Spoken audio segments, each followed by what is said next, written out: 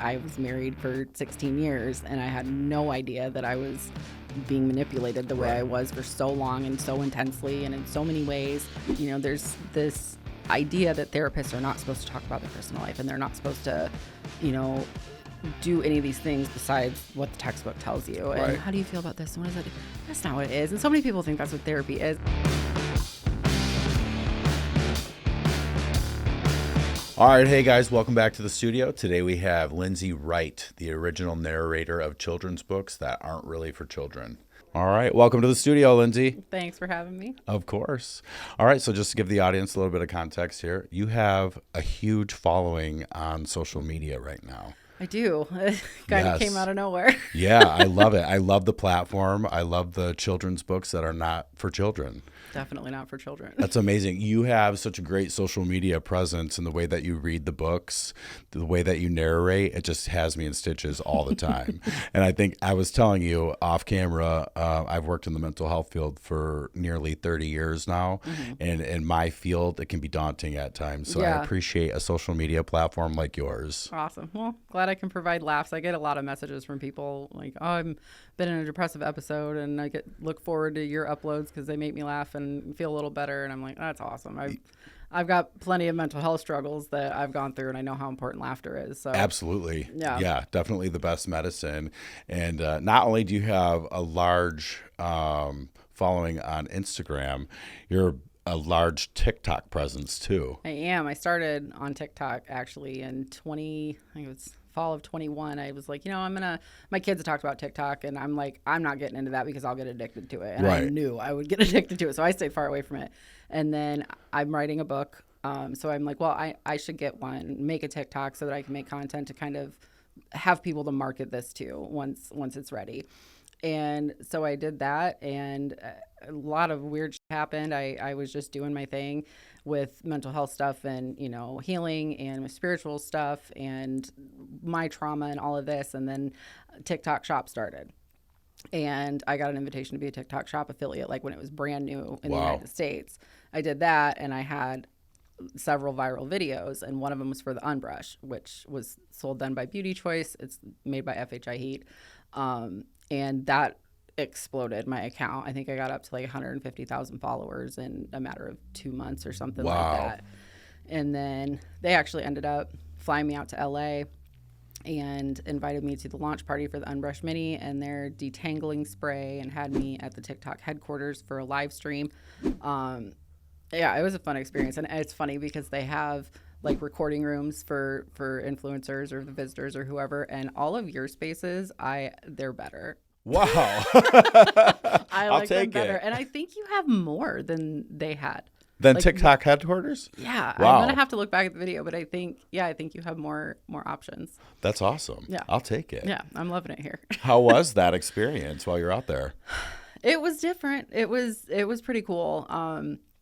I felt like I didn't feel like I belonged just because I'm just this single mom making videos in her bedroom at home or brushing her hair, like it just felt weird that I'm getting, this gorgeous hotel and I'm at this launch party with like a 7-course dinner it was a cool experience. Yeah. Definitely. And just being at TikTok and seeing everything there and meeting with people, like it was cool. It was a That's so cool. So I don't really get on TikTok too much, but I am on your Instagram. Mm-hmm. And oh my God, the way that your posts go viral. Yeah, it's crazy. It's insane. Like I have a contact that authored one of those children's books that aren't for children. Mm-hmm. And his went on your page. You got wind of that book and promoted it, and I think it got over 5 million views.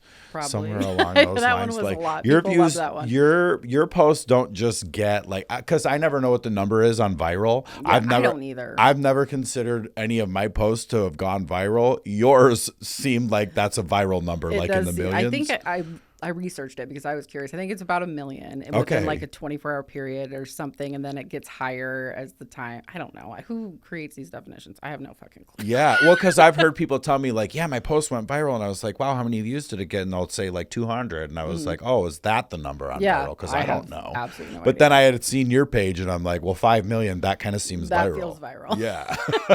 Yeah. And it's like, it's not just one or two. It's like you're consecutively like in the millions with your posts. And that, I mean, this all just started in December.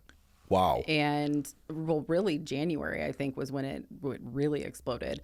I think, I don't remember for sure, but I think I had like 200,000 maybe followers on TikTok at the time, and I'm up to like 980 just in the last couple So you're months near from 1 these million books. followers on TikTok. Wow. Yeah. That's amazing. In, so like, they no love you. time. TikTok loves you. Well, TikTok doesn't love me. They take my shit down all the time. Have you ever, is there a TikTok jail like there's Facebook There jail? is a TikTok jail, I believe. I've never been in it, knock on wood. But, you know, the algorithm is ridiculous. I've had no trouble on Instagram or YouTube or Facebook. But yeah, TikTok definitely likes to yank my stuff, and then I appeal it, and they're like, oh, we're sorry, we put it back. I'm like, that's right, motherfucker.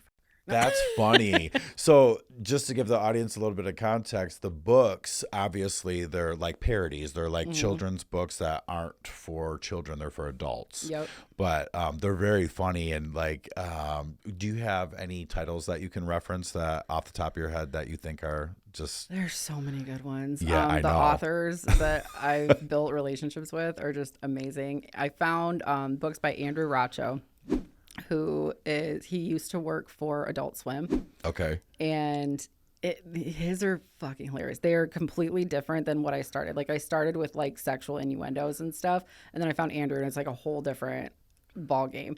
And I think my favorite is The Sleepover by Andrew Racho, and it's this like cute little kids are having a sleepover and blah blah blah. Then all of a sudden they look, and there's this guy, like this homeless looking dude, and they're like, who are you? And he's like, I'm Harold Rietta. I sit behind you in whatever class. And they're like, okay. And then just the most off the wall shit. He's shooting up, and all of a sudden, and then they go and tell the mom like, oh, we don't want Harold Rietta here anymore. And she comes in, and then the mom like murders him in front of like. The shock factor is unfucking believable. That's crazy. And then he's got another one. Don't judge a book by its cover, or you can't judge a book by its cover, where it's this, I think it's like a bear or something. And then all of a sudden it's Mrs. Claus and Santa Claus and like do BDSM. It's like, what is this? That's hilarious. It's so funny because it comes out of nowhere. Yeah. Really anything by Jen Genevieve and Kinsey Mazing, they're awesome. Brad Goss is hilarious. His books they're anything that you can get some racism in there, which I steer clear of that. Right. Just super inappropriate, like ways to talk to kids. There's a lot of sexual stuff in there. He's got like Mike Hunt goes fishing. So I just watched that one the other day on your platform and rolling, Yeah. obviously. Like, I think that's hilarious. And again, these are not for children. No, these are for the adults. people- oh Yes. my God, the Because people I'm who sure think like it you is. get backlash, right? Absolutely. From people reaching out thinking Absolutely. like they I don't can't get believe it. these are in children's libraries. And I'm like, if you think that this is a children's book, you should not be allowed to vote. Right. I'm going to need you to not do that. Because you have a unique sense of humor. I also have a unique sense of humor. And so, but people are so literal with everything. Yeah. And I'm sure you get a lot of messages from people, or do they, like I know Instagram has the reporting option. Like, do you get reported all the time? No, I mean, if I do, then they don't tell me. I guess I don't really know how it goes. There's been 1 or 2 videos on Instagram where it said that they were like reviewing it, but they're like, oh yeah, you're good. Yeah. Well, plus these are not your books. No, you're just narrating, right? reading their Authors' books. Yes, exactly. Which I think is hilarious. And you have a great delivery. So when it's just funny to watch you read it. Yeah. Right. Yeah. And then I made sure that there was one book I did a week or 2 ago, and for whatever fucking reason, it was called Peeper Goes Deeper. But for some reason I was pronouncing it pepper. I don't, and I on the second to last page I was like and I look and I'm like, son of a bitch, that says Peeper, not pepper. But I'm like, I can't re-record it because I make sure that I give my initial reaction to all of these Got books it. because that's what's funny. Like I could read the book and be funny, but what you see is me going, oh shit. Yes. Like I really had no idea that was coming. I feel like that's funnier for people. I love it. It's organic, authentic. Yeah. I think it's funny. So do the authors send you these books, or Some of them. some of them are sending them to you now, Yeah. or do you seek some you seek out? Yeah. Like you find them? Brad Goss and Kinsey Mazing just automatically, when they publish a new one, they just send it right away. I buy Jen Genevieve's, and so I just pretty much go every week or two and start searching for books. And there are so many authors now that have messaged me, and they're like, "Hey," I get a lot of that too. Like, "Hey, I wrote this book. Can I send it to you?" I buy a lot. I spend way too much money on adult children's books. But yeah, so it's a little bit of everything. But there's been several authors who were like, "Oh my God, you inspired me to write these books." So I'm like, "Oh, like I'm not just making people laugh. People are like doing things that they wanted to do," which is really cool. That's awesome. Yeah. And now I think it's awesome too because you're going to be you're writing your own book. I am. That's awesome. I think it's amazing. Thank you. And just to share with the audience, what is the book? What are you gearing that towards? It's a memoir about the relationship between myself, my mom, and my grandma. I've done a lot of trauma healing the last, what year is it? 4 years now. Yeah. And I came to, there was an incident with my mom. My mom and I are extremely close, but there was an incident and I was reflecting on it. And I'm like, what is this? Like, what is going on? This is deeper than codependency. And I came across the term enmeshment. And I looked into that, and there was an article specifically about mothers and daughters. And I was like, holy shit, they wrote this about me and mom. So I looked into it more, and I'm like, we're not close like we should be close. Like, this is too much. Yeah. And I reflected on that and how my mom is with my grandma. My grandma passed away, but their relationship and all three of us. And I'm like, this is a book. I was actually already writing a book at the time, and I completely shoved that aside to do this because I'm like, I just had that like innate knowing that this is the book I needed to write. People could relate to this because I see it in friends of mine too, who've always been like really close with their parents or whatever. And now I'm like, there's a difference. Right. And it's hard to find that line, but it is different. So pretty much, I lay out shit I've been through, my mom, things she's been through, my grandma, some of our past situations that we kind of went through together or next to each other as far as trauma, how we, had our own issues among us, how we handled things, just all sorts of stuff. And then it goes through and it ends like shortly after my grandma's passing. And then I actually already have 2 follow-up books, and That's amazing. Got documents ready to go for those too. So that's a really brave endeavor.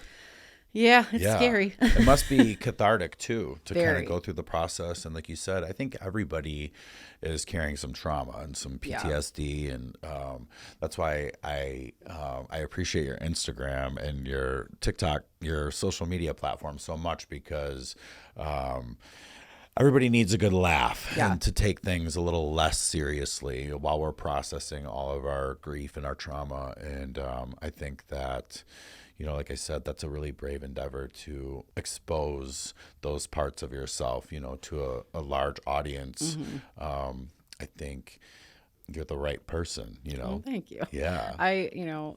My partner Jason he tells me he's proud of me a lot, and I'm like, I haven't done anything. I'm reading other people's books. I'm doing this. And he's like, just because it's easy for you to be authentic doesn't mean that it's easy for everybody. Yeah. So, I get compliments and I'm just like, I'm just talking. It's imposter syndrome. Yeah. I know. Yes. No. But I'm just telling my story. Like, I know I'm not the only one. And had it not been for people, I healed before I started therapy. I healed through TikTok, and I found people who were talking about the things that I didn't even know I needed to talk about. Yeah. I lost a partner suddenly in January of 2021, and that broke me. Like, I had just gotten divorced. This was a friend from 12 years. It was a whole weird long thing, but that broke me. I'd never lost anyone unexpectedly. Yeah. And that's what kind of sent me into this. I need something to believe in, because like spiritually, I never really had anything. So that's kind of what started my spiritual journey. And then I had a Drunk and Slutty Summer. And I was like, this has to stop. And that's when I saw a grief counselor. And then I found my therapist now. I started group therapy and all of this. And it just, I needed somebody to understand me through all of that. And nobody I knew personally could understand. Nobody had been through a loss like that. Nobody at the time knew that they, their ex was a narcissist. And I was married for 16 years and I had no idea that I was being manipulated the way I was for so long and so intensely and in so many ways. So I just felt really alone. But these people on TikTok were being honest and open. And I was like, I'm going to do that because, damn it, I needed these people and they were there. So I want to be that person for other people. And then that's kind of how it all started. That's amazing. And like I say, you are the right person to tell your story. Yeah. No one can tell it like you can. And, we talked a lot off camera and, we have a lot of similarities on our path to spirituality and whatever that means to any, to an individual. Yeah. We had a lot of similarities there. And it's quite a journey when you're starting to reflect and document. Like Definitely. It's very therapeutic to put it on paper. Yeah. And just even talking it out. So while I talk it out while I write it out sometimes, and it's interesting to read it back and to hear it back. Yeah. What do you have a specific process when you get pen to paper? I'm winging it. Yeah. I'm winging every single part of this. Because it comes organically and it's when it's time kind of deal. Yeah. Kind of. I mean, there's times I like to travel. And so, up until I met Jason, I traveled alone and I absolutely loved it. But I would record and talk in the car as I'm driving down the interstate and I would speak my chapters. Yeah. And then go and switch them over to text.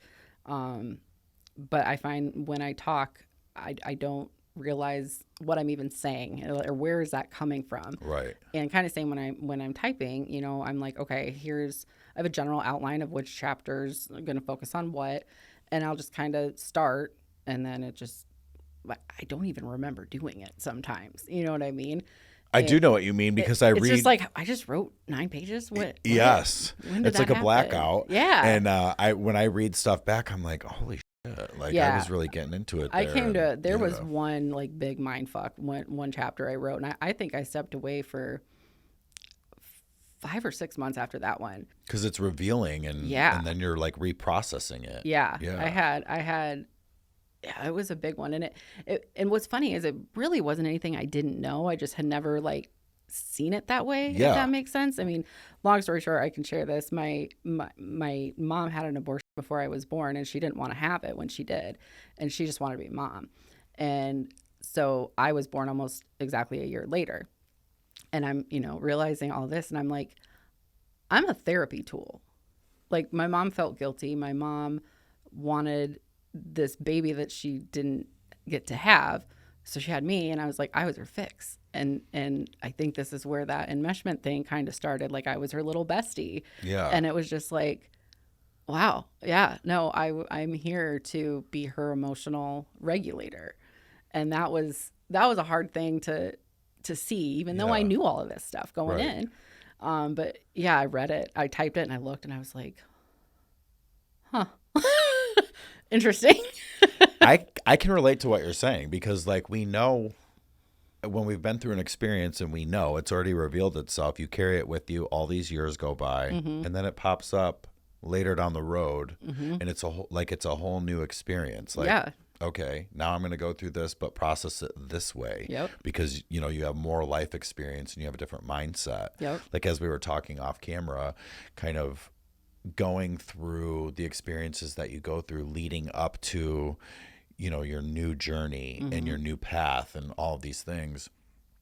Nobody understands, right? No. And you, like you said, you wanted to connect with people that understood you, and you were finding that through TikTok.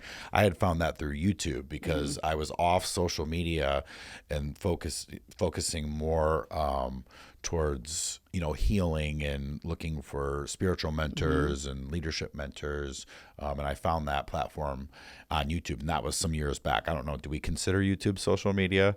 I think so. Okay. I didn't back then. I don't know the rules. I didn't back then. It was like, because it wasn't like as prevalent as it is now, YouTube. it seems. Yeah, it YouTube was just where you went to find shit. I don't know. Yes, I never I don't know. thought of it to as watch social videos. either. Right.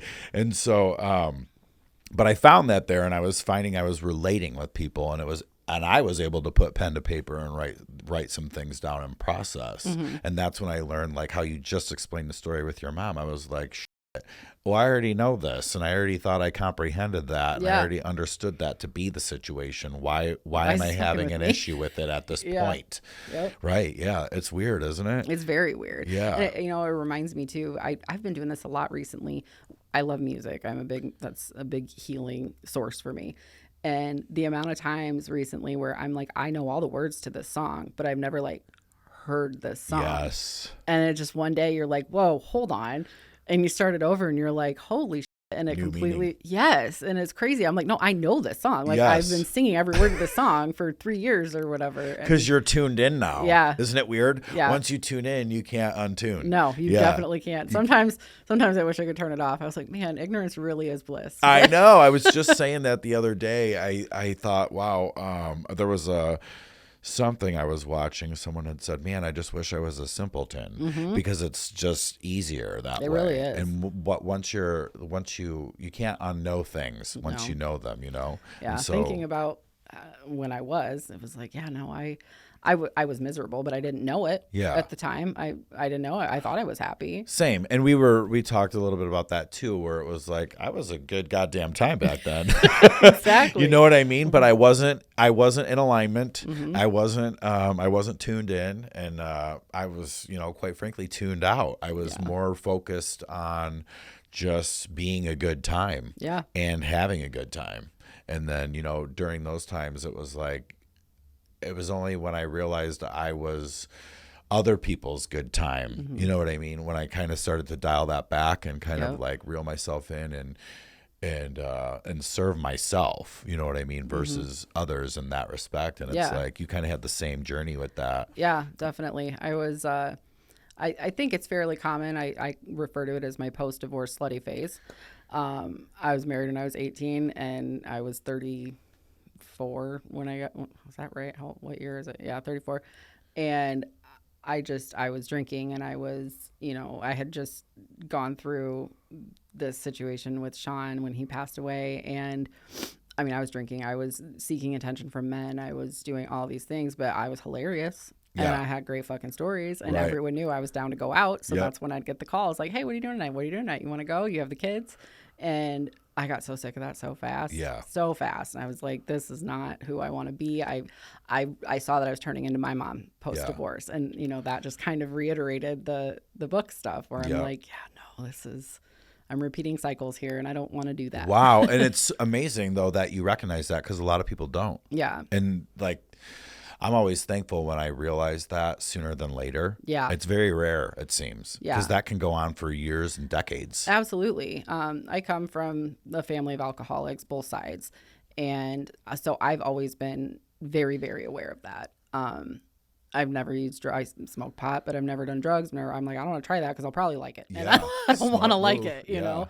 And so I've always been really aware of my drinking too, and when I'm drinking and why I'm drinking. And, there have been 2 times in my life where I was like teetering on the you're not. Am I an alcoholic? Yeah, because I did that too. Close to being out of control. Yes. But I'm gonna reel it in before it becomes a problem, and then I stop drinking completely, and then I drink, I don't know, a few times a year maybe. Same. Yeah. It's been the same path for me too. And not getting hammered. And, right. Yeah. Because that's different. It's a game changer too as you go on with more life experience, and it's like what you can take in versus what you used to put away. Yeah. Like, oh my goodness. Yeah. That's a whole like eye-opening experience, because after I kind of stepped away from that scene, as I was telling you, I was starting up my business, and I really needed to evaluate myself, who I was giving time to and what I was giving time to. Drinking had in the past taken priority, mixed in with like living your life and all those things. But, just kind of but being young and in your 20s and in your early 30s and always available, like always down to go out and always say yes, like, yes, let's go, I'm ready. But I wasn't like an everyday drinker, binge drinking and going out and all of those things. Yep. But I did get to the point where I questioned. I was like, is it too much? Yeah. Like, there were times when I would get a little too far out there, and then but I always was self-aware enough to know, like, you need to dial that back, like take a sabbatical. And then I just started testing myself to see when I didn't surround myself with other people who were drinking or like, binge drinking and kind of living for the weekend deal. I was like, can I go like 90 days, like without doing that? And so, but I could. Right. So I was like, fun, holy especially shit. when you're not like, I'm never going to drink again. I never did that. I never said that either. No, I've never done I'm that. going to drink because I don't have a problem. I'm trying to prevent going over that line that I know I'm genetically predisposed to having. Yes. And I mean, it was like, I haven't drank in a month, which like you, I drank maybe 2 nights a week. Yep. Which, take that how you will, but I was drinking a lot when I was drinking. Yes. And so I was like, I didn't drink for a whole month. I went to my first concert. Like I said, I love music. I went to Dave Matthews Band concert and I didn't drink. And I was like, I did that once when I was pregnant. Other than that, I've never been to a Dave show without drinking. And it's a whole new experience. Completely. I remember it. Yes, exactly. I remember the set list now. It's so fun not blacking out. Totally fun. I'm not throwing up at the gorge. Like, it's great. Exactly. I had so many of those nights. And so also too, like when you're surrounding yourself with certain people, they expect that out of you. If that's the party that you delivered, for all these years that they've known you and they've been spending time with you, that's kind of the person they expect. Yep. So I would imagine like you had to experience people not receiving, your newfound kind of path. Definitely. With open arms. Definitely. Yeah. People weeded themselves out. Yeah. Which made my job easier. I had to do a lot of reflecting of, like you said, whose energy am I allowing into my life? Am I friends with this person because I want them to like me, or do I actually even like who they are? Right. And I wasn't mad at anybody. It wasn't like, I'm never talking to you again. It was not a thing. It was just, it died out. It fizzled out. I love that because I experienced the same thing. And it was interesting to see like what you have in common with people if they're not just your drinking buddy. Yeah. Right. Turns out not much. Yeah, exactly. Because you're it's almost like I said, everyone's kind of going through life carrying some kind of trauma. And usually if you're drinking and you're hanging out with people, you're sharing those things. Mm-hmm. So it's almost like trauma bonding in a really toxic way because you're just sharing things when you're drunk. Yeah. But you're a deep person, I can tell, because we spent some time talking, and not everybody is. Right. And not everyone's willing to be as open and honest when they're not drinking. Right. And so like just to the point of you authoring your memoir, it's like you're very in tune with yourself, and you've stripped yourself down from all the facade, and like you're telling your story and from a sober standpoint. Yep. Yes. So there's nothing, what I mean? There's nothing off limits there. Right. Usually when, you're like, I found when I was kind of stepping back from certain people in my life, the only time they were willing to share is if they were drinking. Yeah. And then like they were a completely different person outside of that we wouldn't have anything in common, so yeah. And it's hard to let go of people too, because you think that, you have a connection, because I'm big on connection. Yeah. Same. Right. And like, especially, are we vibing? Are we close? Did we? Yes. Yeah. And that's interesting too, because I know we were talking off camera about just vibes, energy, and who you're around. And when you're in another headspace, back then you're not as in tune, so you're not picking up on the signs. And then it's just like, as kind of time goes by and you evolve, your body becomes very aware of who and what is around you. Yep. Yeah. It's a really unique experience, and not everybody gets to that experience like at your age or my age. Right. Sometimes it's much later in life, if at all. Yeah, exactly. Which I always find sad, because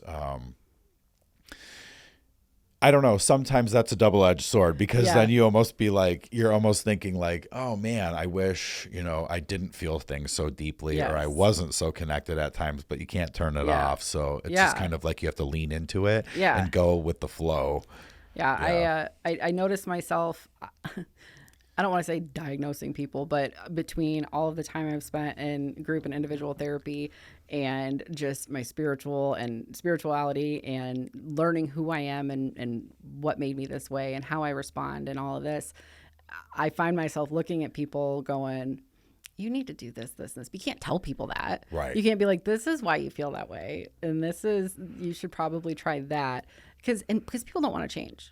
People hate change. Which, don't get me wrong. I really hate change. It freaks me out, but you need to make change in order to make change. Yes, it's true. And it sucks. It and does. I think the secret to kind of sharing, like your guidance, if you will, like with the people that you're referencing, is really just speaking from your own experience versus like unsolicited advice. Yeah. That was kind of my goal with the podcast, because I watch a lot of other people diagnose or give unsolicited advice, especially with social media right now. It's like, really, you're watching. I do the diagnosing in my brain at least. Right, exactly. Well, everybody does. Trust me. I've worked in the mental health field for almost 30 years, and I have it happen. I can tell when someone's doing it to me too. Same. So it's kind of funny. But like, you can diagnose me. I'll just tell you. It's this. Exactly. Me too. Just ask me my diagnosis. Yep. I'm like, there really is no diagnosis for my crazy. It's just crazy with a capital C. There you go. Right. Exactly. Like I said, crazy. I'm not your car crazy, but I will take crazy. That's I love it.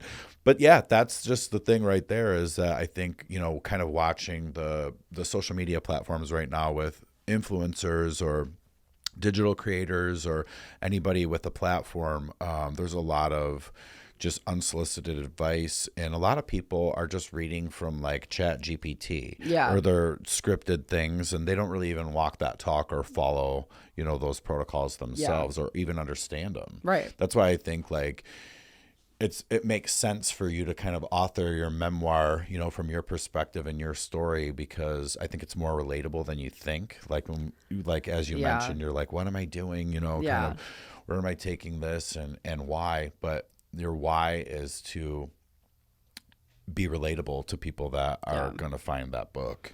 Yeah, and I go back and forth between knowing that and being like, of course, who are you? And then I'm like, no, there's a lot of people who need this. There's a lot of people who are experiencing this and don't know they're experiencing it. I mean, that was me. Yeah. I knew something was up. I just didn't know what it was. And I go between knowing that and being like, yes, this book is going to do well. People are going to love this. People are going to relate to it. They're going to recommend it to each other and all this too. I'm just Lyndsey. Yeah. No, but who cares? That's what people need, though. I know. They need just Lyndsey, Yeah. and they need someone to help turn the key. Yeah. You know what I mean? Just start the car. And so, like, that's what it was like for me when I was finding people that I related to on the platforms that resonated with me. It was like, I've always been part of a network that offered amazing mentors, but I think that life is paired with great mentors and not so great mentors. But they're mentors nonetheless either way. And so I'm always grateful for both sides of that spectrum, because you kind of know who you don't want to be and who you do want to be. Absolutely. And you definitely want to be yourself. Yeah. And so, but with having great mentors, that helps you find yourself, I think. And having not so great mentors kind of turns you in the other direction of being who they want you to be, is what my experience was with that. And I think that if you can be the kind of person that uses your platform like you are for people to help find themselves, you don't want them to be Lyndsey. You want them to be, who they are and find that path. Exactly. Yeah, exactly. And, talking about mentors, my therapist, he's like that.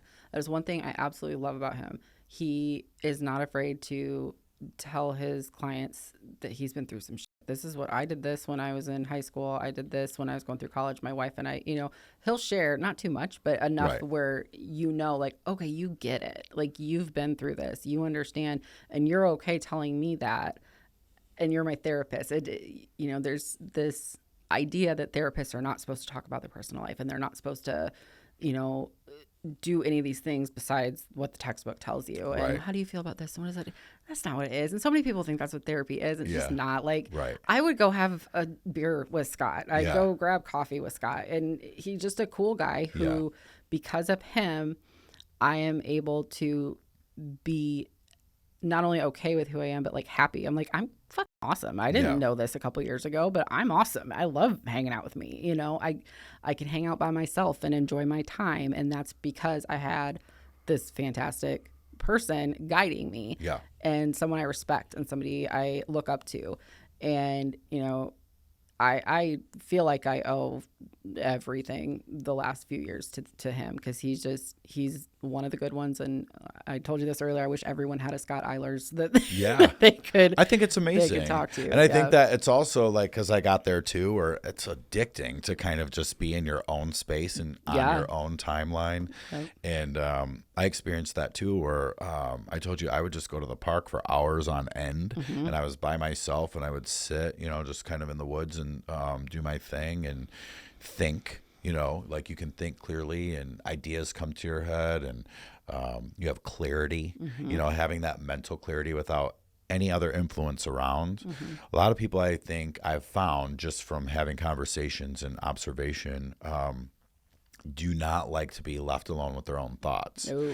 They don't like that. No. And so I know like that was a struggle for me when I was going through some depression when I was starting up my organization, because like when I was starting up my business, I had experienced, when it rains it pours. Oh, so yes, it's like just a heaping load of fuckery, one thing after another, and like it doesn't slow down for anybody. And so just processing everything all at once while I was starting my organization, it kind of just left me to evaluate, you know what I mean? You have to take it all in and process everything. And it was like just kind of being alone with your own thoughts without influence gave me the clarity to focus, you know what I mean, internally, which gave me the strength externally. And then just to bring the things that I wanted to bring for myself to fruition, gave me that platform to do it. Yeah. I absolutely agree. There were times when the isolation wasn't healthy isolation. Don't get me wrong. Yes. Some of those depressive periods were deep and dark. But no, I really learned how to be alone. I'd never been alone before. And I actually, like I said, I like music and concerts. My first concert I ever went to by myself was here. Oh, really? In town. Yeah. Pine Knob, I bet. Yeah. Yeah. Yeah. And I was scared because I was like, is it going to be any fun? Am I like, there's no one to dance with? And I had a great time. And I was like, I did it. Amazing. I did it. And then I started traveling by myself. I don't remember where I went alone the first time. And I loved it. I'm like, I'm outside. And I like to go to like, Utah, California, Nevada, go like out around Vegas, like in Henderson and stuff, and hiking. And it's so peaceful, and you learn so much about yourself by doing nothing in a beautiful location. Yep. And dining by yourself. Yeah. Are you into that? Because I'm into that. I'm more of I'm going to take it back to the hotel and hang out kind of person. Yeah. I'm that too. Yeah. I'm like, I'll just sit here and I'm big into audiobooks. I don't have the attention span or time to like read. Or the eyes for it really at this point in time, but I'll, do my laundry or do whatever with the audiobook. I did like 140 books last year just because there was always one on. Wow. Yeah. And yeah, it's just, I like me and I like what I think of and I like my thoughts and figuring things out about myself that I didn't know existed. And well, it's also great too because you've learned that you're not a codependent person. You can depend on yourself and you can take care of yourself, and that's always what it was for me because I love independence. I love it. I've been in long-term relationships and that's great too, but it was always independent of each other. Yeah. So that's what works for me. Yep. But I also know like I appreciate my alone time, and I'm friends with a lot of couples that just they don't have any separation. And so I also see too like a lot of codependency in those relationships where it doesn't allow for the person to become them. Yeah. Like you don't have that spiritual development and you don't have that just overall independence of kind of your likes versus your dislikes, and some people are just kind of led by their partner. Yeah. Like especially if you're in a relationship with a narcissist.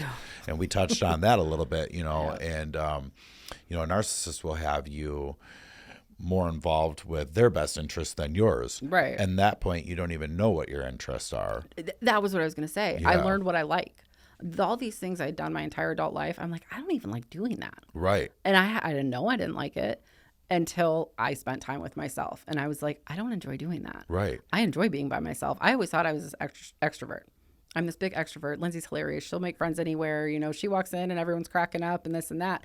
I'm like, I don't fucking like people. Right. We're the same. I had no idea, but I hate people. Yes. And then I'm no, like, it's so okay, funny. Extroverted, introvert. That's what I fits me a lot say. I better. say it all the time. The extroverted introvert or the introverted extrovert. Yeah. So it's one of the two, but I had the same, the same thing because I'm a social person and I definitely was, when I would go out and always have a good time. But really when you're left to yourself to find your own interests without the influence of other people and like societal conditioning, you're kind of like, oh, these are the things that best serve me. And these are the things I'm more interested in because left to my own devices, I don't even like going to do that. Yeah. Right. Exactly. I don't enjoy it. And, and it turns out I don't really care for the people either. Exactly. I mean, and then you're wondering like, what was I doing the whole time? But I think it's just kind of, I wouldn't say that like if you like follower versus leader, just kind of marching to the beat of your own drum, but just a very flexible person in general. Like you seem flexible. Yeah. I'm a flexible person and I've worked in the mental health field for 30 years. So it's,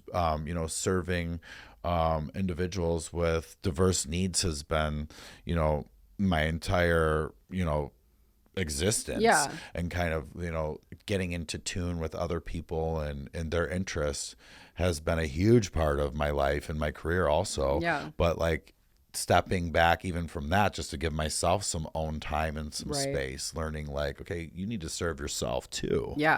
So important. Huge. I love being alone. I really do. I love no other bodies in the house because I could feel them. I don't care if they're on the opposite end of the house in a different room with the door closed. It feels different when there's somebody else in the house. I don't have a TV in my bedroom. I almost never turn my TV on. My one of my sons will come over a week after he, been at his dad's house for a week. He comes over and he turns on. He's like, "This is still on." I'm like, "I didn't watch TV all week."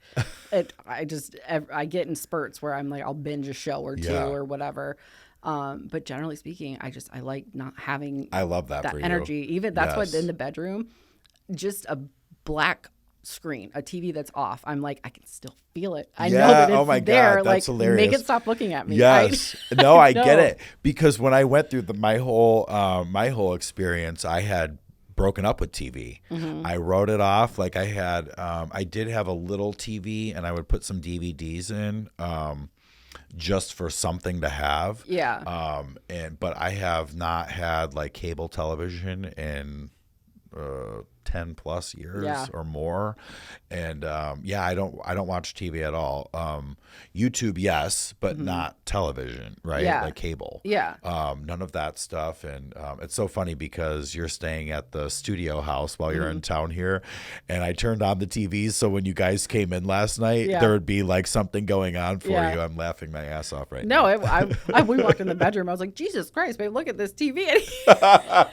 Well, that's where my mind went to when you were saying that you don't have a TV in your room. And the only reason why that TV is in there was because I needed something big for the wall. The wall? That makes sense. That wall is huge in that room. That's funny. So that was the biggest TV I could put on that wall. I actually had a smaller TV on there when I first put that house together, and then I ended up getting rid of that TV to put the bigger one on because it needed the bigger. Needed something bigger there. Yes. I love that house, by the way. I went around and I took a video of all your little jars that you have. I was like, this shit's too good. I knew you would dig that place. Absolutely. I thought it was so funny because I have a unique personality too, and I just wanted to create a fun space. And really what I'm doing with that house, it's interesting that because I didn't know that until we met that you were writing your memoir, and I'm participating in a campaign called the Imperfectly Perfect campaign. I'm in a chapter, volume 3 of that book, and what I was trying to come up with for that space was something unique for the studio, and I thought it would be a great space for authors to come to get away and write, because I can film for the podcast there. Content creators can film as an extension of the studio in that space. And I know a lot of authors. I've had some authors on the podcast, and I know like even a lot of songwriters, they'll rent Airbnbs or go different places and travel because they need to kind of get away and they need a fresh perspective in a space. And I thought that was another thing while I tap into It's been good for me to connect with you because I like hearing about your process for your book, for your memoir and like your 3 books, really. You've got 3 in the hopper. That's amazing. I feel like that's how I'm going to end up as like you get the first. I didn't mean to. Yeah, right. But you can't stop now. No, because it's like all of these things have happened since Grandma died. Yes. And then my mom moved across the country. And so I feel like that's a good breaking point. Yeah. And then all the stuff since she's left, I'm like, This healing continues. Yes. It doesn't just stop because Grandma died. It's now Mom and I navigated living without Grandma and how we healed and how we both processed her death and all of this. And then Mom moved and, we'd been in the same city forever. We saw each other daily, talked to each other 5-6 times a day. And so first time in my life not being in the same city as her, and so there's all of the stuff that goes into that. So it's just like, no, these books kind of it's like an evolutionary series such as life. So it makes perfect sense. Yeah, absolutely. Yeah, that's how I feel like it's gonna kind of pan out for me. And so while I sit in that space, like, because I'm always looking for something creative to do with that space, and it's unique, and so that's where I thought like that'd be a great place for me to like kind of escape and go get away from my dogs and get away from my typical home life. While I tap into writing all the details for the book, because like you said, it's you kind of black out when you go through that process. Like you just turn on the recorder, record it translates to text, you read it back or you listen to it back, and you're reprocessing it all over again. So I know it's going to be a whole cathartic experience and a whole like almost like revisiting, those times again.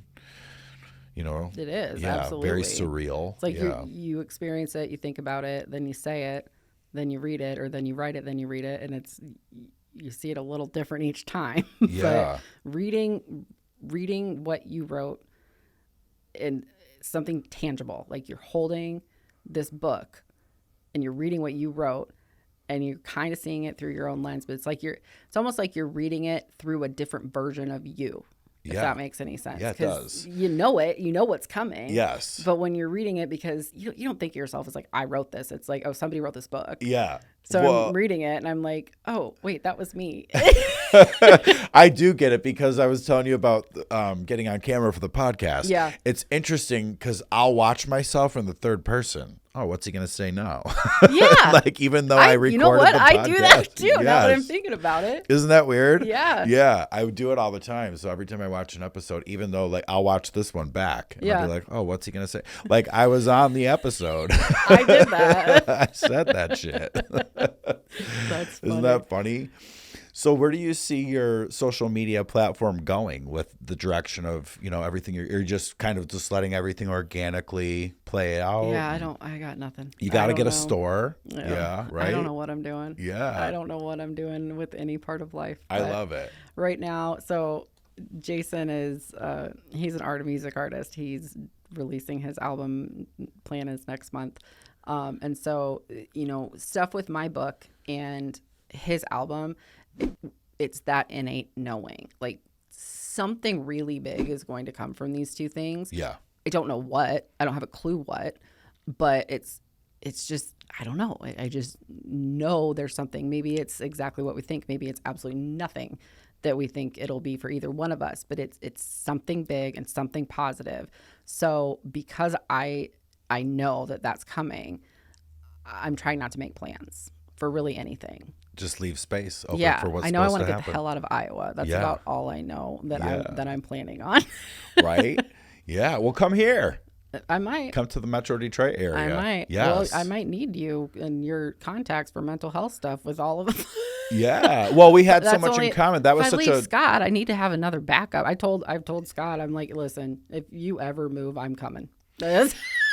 I need you. I say that to certain people. If you ever leave me, I'm going with you. Yeah. Very rarely will I ever say that. Yes. Right. I do that with Scott. I'm like, I could never deal with another therapist. I couldn't go through everything and have them understand me the way you do. And he does life coaching now though too, because his patient load is like at max. And then he's been really successful on YouTube. I was going to say, does he have a podcast? Yeah, of course. I don't even be able to think of the name of it. His name's Scott Eilers, Eilers. He wrote a book called For When Everything is Burning. Oh my God, that's a really good title. I know. Because I told you when I started my business and I was going through my experience, I said I felt like I got lit on fire. Because you know that little meme where the dog's sitting there having a cup of coffee? That's me, Buck. Yeah, no, it's great. It as his patient, it made me feel more connected to him because there's a lot of personal stuff in there. But it's so helpful. And I listened to it. And then, of course, I bought 2 copies, one to mark up like you and I talked about, and then the clean one that I could like loan to people or whatever. And I love you. I said, oh, fuck, like 4 times in one trip across town when I was listening to this book in my car, because it's just the way he is able to explain things or word things. It's like, oh, fuck, I do that. Is that why I do that? It's such a good book. That's awesome. He's working. I'd love to have him on the podcast. I'm sure he'd be down. You guys, we should do. I should have both of you guys on the podcast. You guys could both come back, stay at the place. He'd have some fun stories. There's one thing that I did in my group therapy once, and this is the most unhinged thing I think I've ever done in my life, but also kind of makes sense. But he's like, I will never forget you simply for that reason. Really long story short, my ex-boyfriend's son's fiance's cat, did you follow that? I had the cat at my house because she got kicked out and all this stuff, whatever. I had the cat. Well, it died at like 1 o'clock in the morning. And I'm like, the fuck do you do with a dead cat at 1 o'clock in the morning, right? I lived in a rental, so it's not like I could bury it in the yard. I don't, I co-founded a dog rescue in 2019. And so I had a contact for a pet cremation lady. So I messaged her in the morning and texted her. I was like, hey, I got a dog, blah, blah, blah, or got a cat. She said, okay, I can come pick it up at, I think it was like 10 o'clock. And at the time, my group therapy was 9 to 11. And I'm Hilarious. like, oh, okay. So I had set her on a shelf in my closet on a rug, and I put like clear quartz and rose quartz and all these crystals around her. I was like, oh, okay, Skylar. Felt so bad, but I'm like, I don't know what to do with her. I can't just leave her at the foot of my bed and sleep with a dead cat. That's weird. So the next morning, I'm like, okay, well, I'm doing that. I get one of my kids' Nike shoe boxes, which he just told me last week I owe him like $70 for because it was this pristine box from whatever. Box. I'm like, shut up, man. I was like, come on. And grab this box, and I go to pick her up to put her in it. I had no idea rigor mortis set in that quickly. Oh my God. So I grabbed this poor cat, and I was like, and I bent down and just set her on the ground, and I was like, oh my God, what do I do? I don't know what to do. So I ended up. Because you were expecting it to be flexible. I just expected it to be a cat. I didn't think about it. And so I was like, my whole body tense, and I was like, I almost dropped her. I just squatted down, set her down. And I was like, oh my God. I stand up and I call a friend. I'm like, oh, I don't know what to do. And I ended up molding her to get her to fit in the box. I was like, what if I hear like a crack? And he's like, you're not going to hear a crack. It's fine. And I'm like, so freaked out by it. So anyway, put this poor cat in the shoebox. I go to take her so that way I have her when the chick picks her up. It's like 90 degrees and muggy. And I'm like, I can't leave her in the car. Oh my God. Because it's now time for your therapy appointment. Yes. I go to group and I'm like, I'm looking at it. I'm going, I can't leave her in the car. Oh no. I had a beach towel in the back seat. Fuck. So I wrap it up in the beach towel and I walk in and everyone's like, oh, what do you got in the box? I'm like, we're not talking about the box. Nobody asked any questions about the box. Oh my God. And they're like, you're being really weird. So then Scott walks in and he's like, what's the box for? I was like, we're not talking about the box. And he goes, is it alive? And I go, no. And he goes, was it? Oh my God. I lost it. I was like, Scott, don't ask me questions about the box. I'll tell you guys later. Hilarious. So the chick texts me. She's like, I'm here. And I go out with the box and I come back in and I don't have it. I have a piece of paper, like the receipt or whatever. And everyone just goes and looks at me and I just went, it was a fucking dead cat, okay? Oh my God, because the cremation lady came to get it. Yeah, so you had the receipt for this. Yeah. Oh my God. And I just went, it's a fucking dead cat, okay? Oh my and God. everyone's like, what? And I explained why. And Scott to this day will be like, you really had no other choice. And I was like, I at least concealed it and didn't tell you guys it was there until it was gone. So, you're very humane. Yes, I love it. Oh my God. Holy shit. That's amazing. Yeah, so I'm definitely the crazy cat lady. Well, then when I picked up her ashes, I was like, okay, so this is okay to drive around with a dead cat in a box, but when I do it, like, Oh my God. I'm like, it's a dead cat in a box. Why is this any different than Exactly. It's just transport at this point. It's a dead cat in a box either way, ashes or not. Oh my God. Well, he sounds like he gets your personality, Scott. Totally. Yes. That's awesome. That would be a great podcast to have him come in and join us and highlight his podcast too. So was his podcast centered around just mental health and same idea? Therapy tools and Amazing. discussing different symptoms and what they mean. Like he's big on like anhedonia and describing what that is, because so many people that experience that just not really feeling joy anymore don't really get it or what it is or why it happens. So he does a lot with that. Passive suicidal ideation that we were talking about. You just don't want to wake up the next day. You don't have any plans to end your life, but you're just like, exactly, I'm gonna hit that button before I go to bed and hopefully I can be done. I mean, I spent years of my life feeling that, and I had no idea that's what it was. Right. I was just like, I'm tired. I don't want to do this anymore. I would love to do like a full episode on just that alone. Yeah. I mean, my God, absolutely. That would reach so many people. I think so many people experience that more than they've shared or let on. Yeah. My Absolutely. God. I think people think it's normal. Yeah. To just carry that. Yeah. Maybe that's just me. I don't know. But I didn't see that. Hello. Hey, buddy. It's a sign. Yeah, there you go. What kind of bug is it? Let's Google it. Yeah, I don't know. I don't know what kind of sign that means. I don't. It can't be a good one.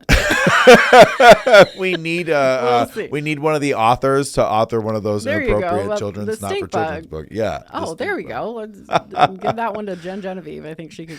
Now she's funny. So when you read her books, you always say the author's name when you're reading them, because you say the title and then the author's name. I love it. Did she have the one about the beaver? They all got one about a beaver. About a beaver, yeah. There are beavers everywhere. Well, you would love Troy out here. There's there's a mall, the Somerset Collection. It's off Big Beaver, exit 69. That's fantastic. That's real. That is a real thing. We have a Cumming, Iowa. Cumming. I love it. True story. There's so many funny hats and stuff that you can get there. Like, I love Cumming, Iowa. Small Iowa. I have some friends in Regina, Saskatchewan.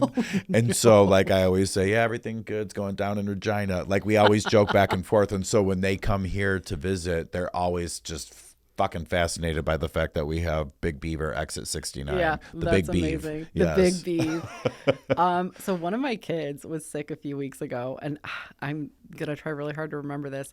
It was this weird thing. I took him to urgent care, which I don't normally do, but his throat looked fucked. So I took him in there, and he had what's called herpangina. And I looked at the doctor, and he goes, it sounds awful. I know. And I'm like, what is that exactly? Well, it's caused by the Coxsackie virus. I was like, time the fuck out. My child has herpangina caused by the Coxsackie virus. Is this real? And it's legit. I'm like looking into it. It's a thing. It is a fucking thing. I'm like, this poor kid. It's like a virus, and he got sores like in his mouth. I was just laughing about pneumococcal pneumonia today. I was like, they were giving an ad on the radio. I was like, okay. Pneumococcal. One of my Great Danes once got vaginitis. That's a thing? Yeah, it's a thing. I was like, interesting. Wow. So like, yeah, she had a rash, and I took her in, and like it literally said, like when I got the pads, because I had to like wipe her area. Yeah. It was literally on the script for vaginitis. I was like, interesting. I didn't know that was a thing. There's a book coming out. There you go. Yeah, we'll have to make sure Jen and Kinsey and Brad all watch this. Yes. Definitely. Now, are you tight with these authors where you can make suggestions? Oh yeah. Yeah, that's awesome. Kinsey actually wrote one about me, and then wrote one about Jason. I love it. So we have Lindsay's box and Jason's big truck. I saw the one about Jason's big truck. I knew that sounded familiar. That's hilarious. I love that Jason came with you too. What an amazing guy. Oh God, he's amazing. He's taken a leap into the music industry, right? Yeah, he's been in it for quite a long time. He's performed, opened up for quite a few people. Of course, I'm not going to remember them off the top of my head. I think Twista was one of them. I'm drawing a blank on the rest of them. That's awesome. He's been, and he's so good. When we first started dating, and he told me he's a rapper, I was like, fuck. Awesome, of course you are. And I'm thinking, how bad am I going to have to fake thinking this is good? And then the first night he played his music, I was like, okay. He played another one. I was like, He's actually good. That's awesome. He's very good. He writes everything. He does all the beats. He's so talented. He amazes me. I'm really proud of him. He's just an all around good person, talented. That's awesome. I just had a guest on that owns a studio in Detroit. That all the first 3 Eminem albums came out of that studio. I had the son of the father that worked with Marshall. Okay. It's FBT Studios, and so if you guys, obviously, like, we are not ending here. Like, you guys are coming back, and there's more to come. Definitely. So, like, when you guys come, like, Jason, that would be a great studio. Like, you can rent that by the just rent the space to go record music. It's open to the public now. It used to just be private for private artists, but they've had a lot of big names come out of there. Oh, cool. And I've had a few of their artists on here, so I've been developing a relationship with them, and awesome. I love to highlight their artists on the podcast, and that might be some nice connections for Jason. Definitely. For sure. Yeah, it's great. Yeah, it's not far from here at all, so that'll be great. I have to have Jason on the podcast. Yeah, highlight that album. Yeah, definitely. Yeah. He's excited about. He's like us with the writing. Yeah, there's so many things that go into it. The music's done. He tweaks little things here and there, but it's all the business stuff that he wants everything to be 100% crystal clear, done, nothing wrong with the label paperwork and all of the things. And but yeah, it's good. That's good. And